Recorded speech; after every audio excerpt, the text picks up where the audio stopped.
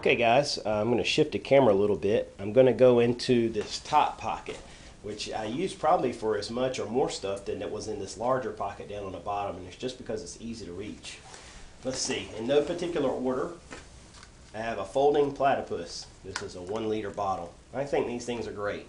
They're not too expensive, I think about $6. Reusable, holds a liter of water. When you're not using it for water, it folds up compact. These things are pretty rugged, much better than Ziploc bags. I really like the platypus. Just in case, I have extra Ziploc bags. This is actually a smaller bag I would use to put extra things in. I have some larger ones I'll show later. Let's see, this is I think a 50-gallon black trash bag, like a hefty bag, which can be used for sheltering, can be used to keep my equipment dry, a lot of different purposes for that. You can see I put everything in Ziploc bags. That keeps my equipment dry, plus the bags can be used. Just a couple of extra wet ones here, clean my hands with, my face. This is an important piece of equipment that I really have enjoyed since I've got it. And I did a quick review of this in my Cheaper Than Dirt gear review. If you look at my channel, this is the Strike Force. It's made by Ultimate Survival Technologies. It is a fire steel, and I think it is probably one of the best fire steels on the market. Just to show you, look at the diameter of that rod.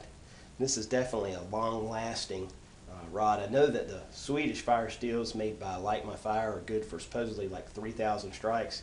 If those are good for 3,000, this is probably good for 10,000. This is a really good tool. So I keep that there. Let's see. This is something that some people may or may not have in their kits. This is made by Rain, and it's actually a miniature sewing kit.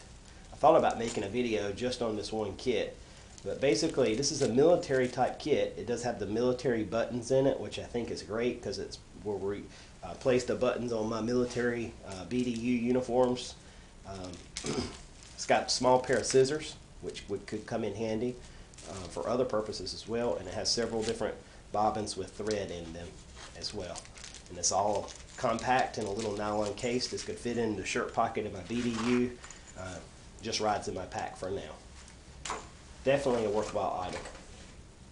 I do have my compass. This is one of 2 compasses, actually one of 3 compasses I have. This is a cheapo. I do also have a silver compass, which I think is in my truck right now and not in my pack.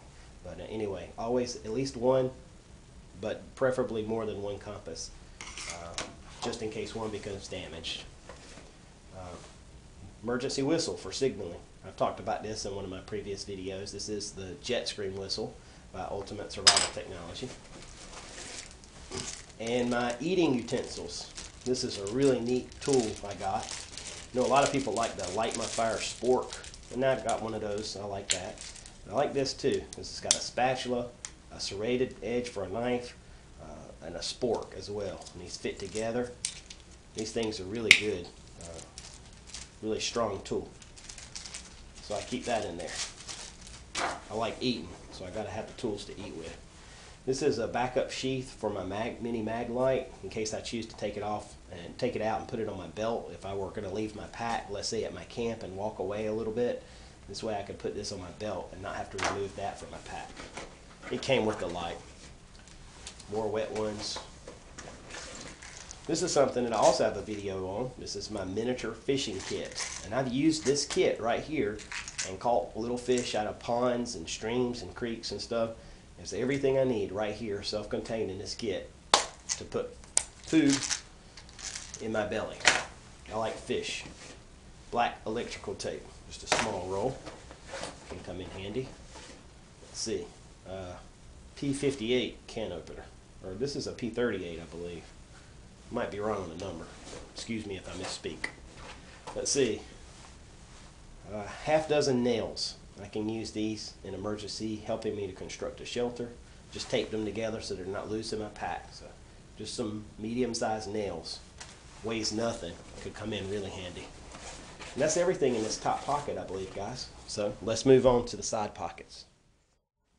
Okay, guys, we're going to go over the left-hand pouch, side pouch on the backpack. And basically, there's not a lot of stuff in here. This is my snack compartment. First of all, I've got some sugar and some salt packages, which I pick up when I go out to eat. Can use these for seasoning. Put it in some coffee. Quick pick me up if I run out of other items to eat. I have sugar. Give me some calories. Beef jerky. I always keep some beef jerky on the outside that I can eat quickly. High in calories and good protein. Also, more energy bars. I eat a lot of energy bars. I like these. They have good. They have a lot of nutrition in them. A lot of nutrients. Different vitamins and things are in these. So these are cheap and they're good. And a Cliff Bar. And my favorite one is the oatmeal raisin walnut. Some of these don't taste so good. This one is excellent. Normally I'll keep some candy, maybe some chocolates or hard candies or that type of thing in this pouch as well.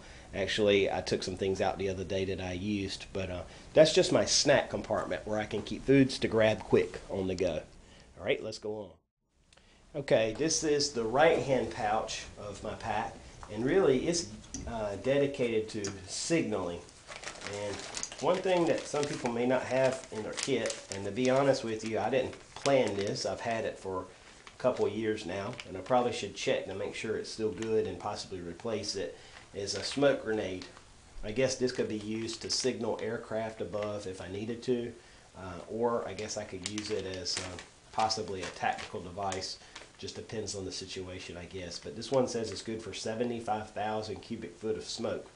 I tried one of them a while back. It's okay. It works all right. But it would definitely get some attention from the air or anybody who was looking for signals.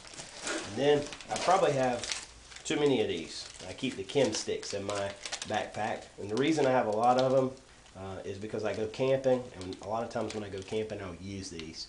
And so I like to have a few here as a backup. One of these is a high intensity light. This actually burns out. You guys know these normally last 8 to 10 hours depending on the stick. This is a 30-minute high intensity. So if I really needed the signal and I thought it was the right time to use it, I would use this high intensity one. Those are definitely good to have in your pack. Not expensive and definitely worth the wait. All right, that's all for that. Let's move to the main pouch.